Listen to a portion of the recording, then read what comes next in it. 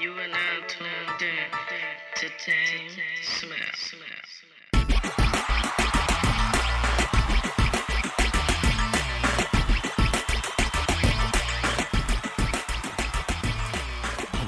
Good morning and welcome to Musician Talks, episode 10 with DameSmiff.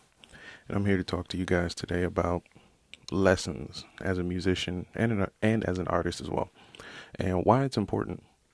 And I'd like to explain the reason and existence of lessons and why they're important as well. And to start off, I just want to make sure you guys know, like, subscribe, and follow, and share this video with everybody you know. Anybody who's an artist or wants to get into the music industry, and join the conversation every day except for Wednesdays on Facebook Live between 9 a.m. and 11 a.m. Eastern Time. And if you can make it to the live, that's awesome. And if you can't, I'll be editing and uploading the live conversation on YouTube later that same day. So with that said, let's move on. And like I said, I want to talk about lessons as an artist. So what are lessons? Lessons are essentially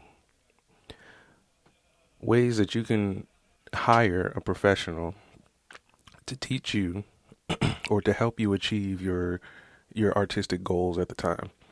A lot of times people put lessons in the category of just sitting in a classroom with a teacher, or even just, in front of an instrument with a teacher, and they just go through various techniques and things like that. But what I have learned through lessons and seeing other people who take that profession on is that lessons are very particular to whoever the student is. I've seen students come in for lessons, just to learn an instrument, to learning various techniques that they want to improve on, get their dexterity and endurance up on the instrument, or another good reason that I actually didn't know of until I started to take my own lessons was that you can actually hire a professional to help you prepare for your next gig or your next event or whatever. And so what that can do is that can prepare you for your next performance. And, as a person on the outside looking in, the professional can find things for you to improve on as well. So with that being said, why is that important for artists? Well, for artists, a lot of time we get so caught up in the creation of art that we kind of lose the importance of why we need to hone our craft and technique. I've spoken on this before, but what lessons do, it helps not necessarily speed the process up, because that's down to the student on how far and how quickly the progress moves. But lessons can help you pinpoint issues and actually improve your efficiency as an artist as well. So like when I began taking lessons, it was early on in my musical journey, and I started taking in school, band class and things like that, one-on-one lessons with teachers and things like that.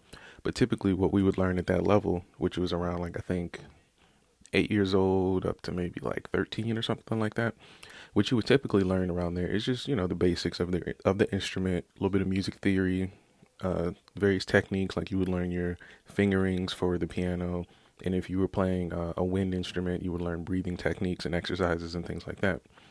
And oftentimes they'll give you literature that you can study as well while you're at home, or just find new things to work on.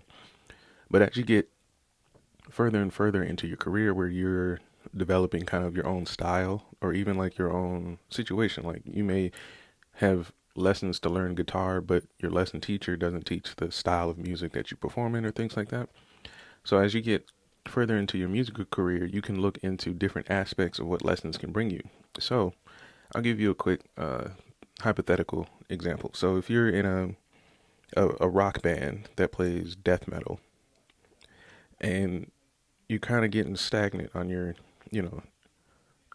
progress on your instrument, or even just as a band in general, things you can hire a professional to teach you is like, maybe if you're getting tired during your shows, to help you get more endurance exercises down, and to actually monitor how you perform in those exercises to see where you can improve on.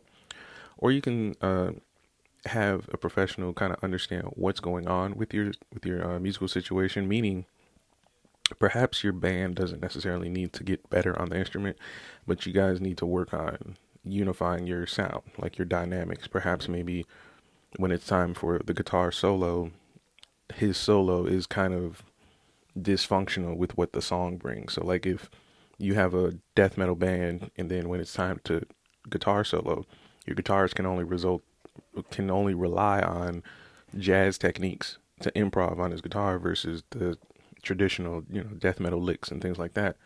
That can become an issue when it's time to create music, for a specific genre and demographic. And a professional can help you with that.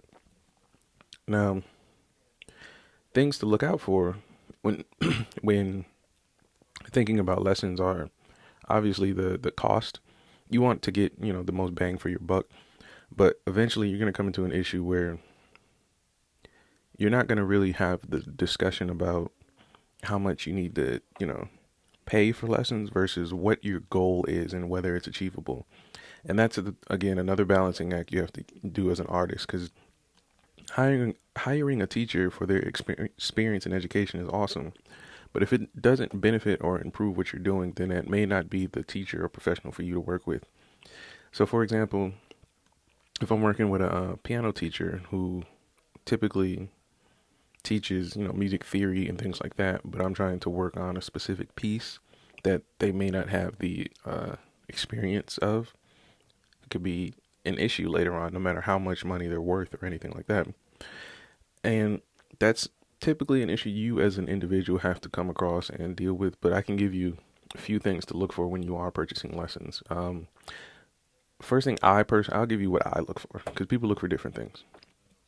Me as an artist, if I'm looking to get lessons today on the piano, I'm looking for somebody who has on their resume performing live, because I would prefer to perform live on the piano.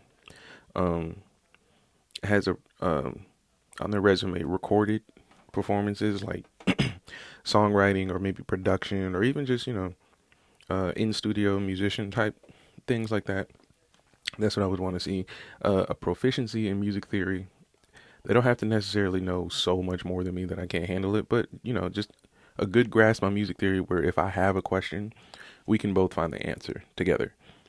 At the least the minimum, if I can ask a question that I don't know and you know it offhand, that's amazing. But, and then lastly, affordability. Like I've spoken before, I've heard some teachers, they've gone as high as $75 an hour. And I've heard some go to like $120 an hour and things like that. So also have to keep in mind your budget and things like that and what you can afford. And another thing too is schedules too. Big thing, schedules. Because you may not be able to sit with your teacher depending on their workload or your workload for an hour, hour and a half. So you may need to break that up throughout the week or throughout the month, where you're meeting twice a month or maybe once a month, and you guys are getting in a lot of work done within that time that you're meeting. So you want to be able to plan, who you're working with, how well they do their job, affordability, and honestly, the first thing you want to look at is scheduling, like when you can fit all of this, lesson plan and how quickly you need to move to reach your goal at a realistic, time span. And these things are awesome for an artist. But again, as I spoke in my first episode about the hip hop union, what this leaves the artist up to, though, is a lot of decision making that if you're not well informed or if you don't have the correct resources, you can find yourself in some like loser situations where you're working with somebody who's not necessarily advancing your technique or advancing your career. You're just having this transaction, and you can get into a rut where that can be a 2, 3, 4 year relationship, and you haven't advanced anywhere to where you would like in your career. So making sure this information is out and these types of things to look for in a teacher are actually very awesome for what you need to do as an artist. And many times artists don't give this information out. Like a lot of people, when they do find their first professional to work with, that typically gets held close to them and they don't share this type of information. And it becomes this kind of like transactional relationship between artists, professionals, and what their goals are as an artist. And this can be, again, super detrimental if your goal is to actually improve upon what you're doing and not necessarily sit back and just play. Most times you want to improve and level up in your career and things like that. And lessons and things like that can be super beneficial. Like I said, if you know where to get your resources and how to facilitate those things. So that's all I have today. This was Musician Talks, episode 10. And we talked about lessons. And be sure to like, share, subscribe, share this with everybody. If you're an artist, be sure you send this to everybody you know that's an artist or wants to be an artist. Or if you just want to join the conversation, let me know. Like I said, I'll be here every day between 9 and 11 a.m. I'll be recording on Facebook Live. And then after that, I'll be chopping it up, editing it, putting it on YouTube. There's a playlist now. I have about 9 episodes now up there. So feel free to join the conversation. And that's it.